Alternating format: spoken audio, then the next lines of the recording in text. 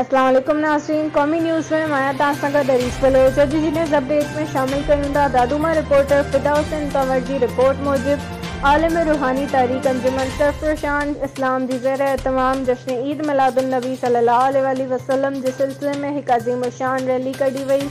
Rally की सदारत अंजुमन सरफरोशान इस्लाम के सरपरस्त साहिबजादा मुर्शिद करीम सैयद तलत महमूद गोहर शाही करण फरमाई। रैली में मुख्तलिफ मजहबी समाजी तंजीमों के अगवान आशिकान रसूल सल्लल्लाहु अलैहि वसल्लम बड़ी तादाद में शिरकत कई। रैली में अंजुमन सरफरोशान इस्लाम दादू के अगवान कामरान मलिक, निज़ामुद्दीन चन्ना, गुलाम रसूल सोलंगी, अब्दुल कादिर चन्ना, अब्दुल करीम जमाली, बशीर चांडियो, सिकंदर सखोसो और शौकत चन्ना खसूसी शिरकत कई।